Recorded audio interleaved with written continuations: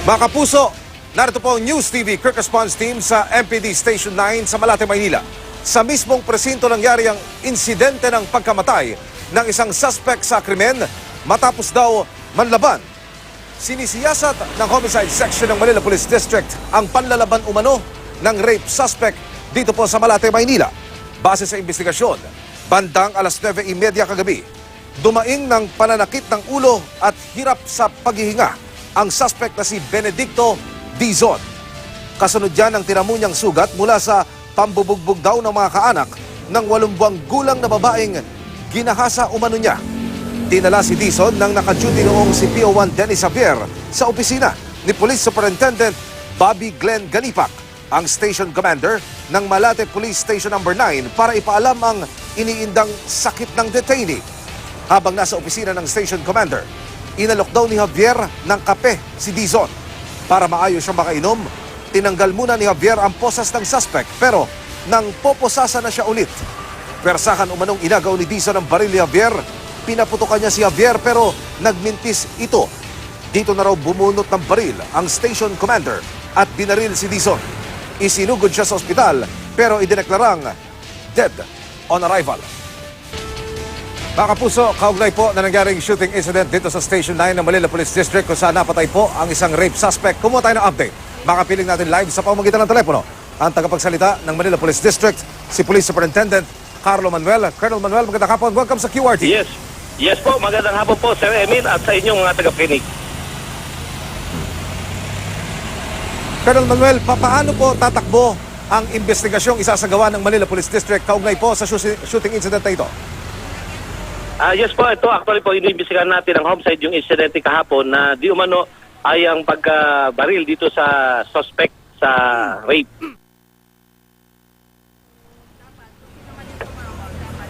Sino-sino po ang inyong iimbestigahan at paano po gugulong yung pagsisiyasat? Actually po ito yung unang-una po yung iimbestigahan natin dito po. Involved po rito yung ating yung jailer po ng Police Station 9 at yung station commander po. Para lalo po nating mapalinaw, Colonel Manuel, at hindi po nabanggit sa ilang report. Saan po ba nagganap ang shooting incident? Dahil para sa ating mga taga-subaybay, 2 palapag po ito. Ang lobby yung isa, tapos ang office ni station commander ay nasa 2 palapag. Paano ho ang nakarating sa inyong kwento? Ito po, nung alas 9 po ng bandang pasado alas 9 po ng gabi, noong January 24, ito pong suspect ng sasalang rape, nakaramdam po ng pagsakit ng ulo, hirap sa paghinga, kaya tinawag po yung jailer. At nang bago po ito dalhin sa ospital, ito po idinaan muna sa office ng station commander upang ipagpaalam. At nung nandun na po sa loob ng opisina ng station commander, pansamantala pong hinubad ang kanyang posas upang makapag-relax at siya ay inoperan pa ng kape at tubig. At nung ito po ay muli ng pupusasan para dalhin sa ospital, ay dito na po nangyari yung pang-aagaw niya ng baril doon sa jail officer, sa jail warden po ng Station 9.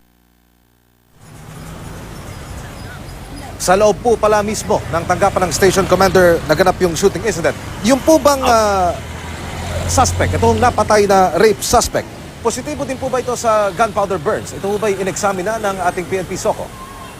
Kasalukuyan po nga hinihintay namin yung resulta, pero ito po ay positibong pumutok doon sa initial investigation po natin.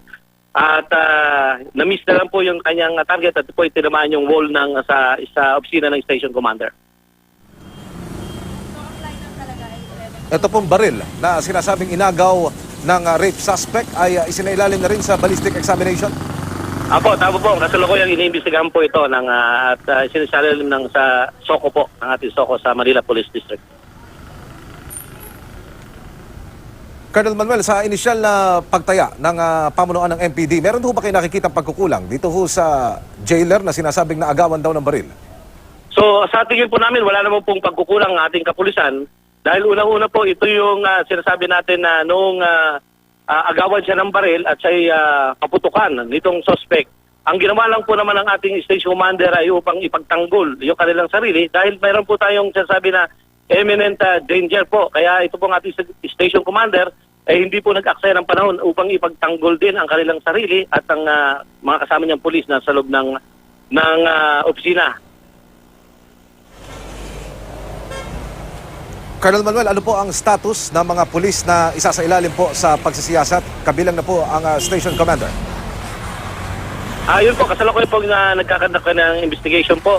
Pansamantala po ay hold status po sila doon sa kanilang assignment po. Hanggang hinihintay po yung order kung sakaling sila man po ay i-relieve sa kanilang mga tungkulin. Colonel Manuel, may nagpunta na po bang mga kamag-anak ng rape suspect na napatay? Ngayon po ay wala po pong nagtutungo dito sa aming himpilan ng mga kamag-anak ng suspect na nabaril po. Sakali ho, Colonel Manuel, may mabubuo ba kayong master plan o mas magandang mungkahi para hindi na maulit yung ganitong klase ng mga insidente? Opo, yun nga po ang aming ngayon po na magkaroon ng proper kung paano po yung mga ganitong pagsa-turnover sa ospital. Kasi po tinitingnan din namin kung itong suspect naging dahilan niya lang yung kanyang reason na siya ay nahihilo o siya po ay sumasakit ang ulo. Kasi di umano po itong suspect nagkaroon din po ng injury bago siya ipasok dito sa police station na 9 dahil sa pambubugbog ng mga kamag-anak ng biktima ng panggagahasa. Mensahe po ng Manila Police District sa mga nagsasabing at kumikusyon po na nagdududa kumbaga sa sinasabing kinahinatnan nitong rape suspect. Unang-una po, ang mensahe lang namin po, ito naman ay iniimbestigahan ng ating kapulisan dito sa homicide section. Pero po, initial investigation po ang mga pulis sa station 9, katulad ng ilang station commander, ay nagtanggol lang po sa kanilang sarili. Dahil medong nakikita tayong imminent danger sa nangyaring insidente po.